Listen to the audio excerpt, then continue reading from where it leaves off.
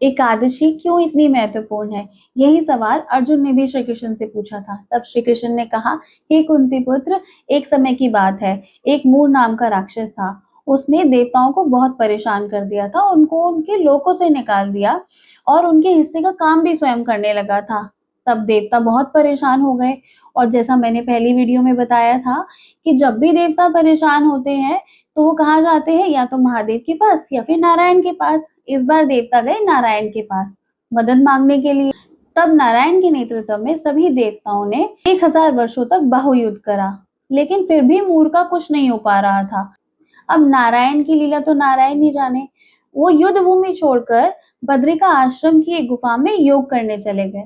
ऐसे में मूर जब उनके पीछे पीछे गया तो नारायण को योग करते हुए देखकर जैसे ही वो उनके समीप जाने लगा, तब उनके तेज से एक देवी उत्पन्न हुई जिन्होंने मूर का वध कर दिया और सभी देवताओं को उस परेशानी से बचा लिया।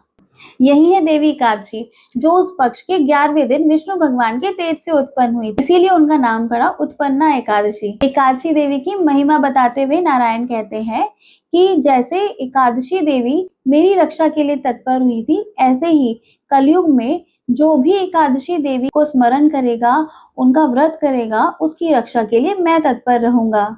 जो एकादशी का व्रत करेगा वो सदा मेरे धाम को प्राप्त करेगा। एकादशी की पूजा करने वाला व्यक्ति हमेशा मेरा प्रिय रहेगा। पद्म पुराण में लिखा है कि जो व्यक्ति एकादशी का व्रत करता है वो सभी पापों से मुक्त होकर विष्णु लोक को प्राप्त करता है। स्कंद पुराण में लिखा है जो व्यक्ति एकादशी का पाठ करता है वह हजारों अश्वमेध यज्ञ और सैकड़ों राजसूय यज्ञ के बराबर फल प्राप्त करता है। हरिवंश पुराण में लिखा है कि एकादशी का व्रत सभी पापों को नष्ट करने वाला है। और नारद पुराण में तो ये तक लिखा है जो एकादशी का व्रत करता है उसे पुनर्जन्म नहीं लेना पड़ता, वह परम धाम को प्राप्त होता है।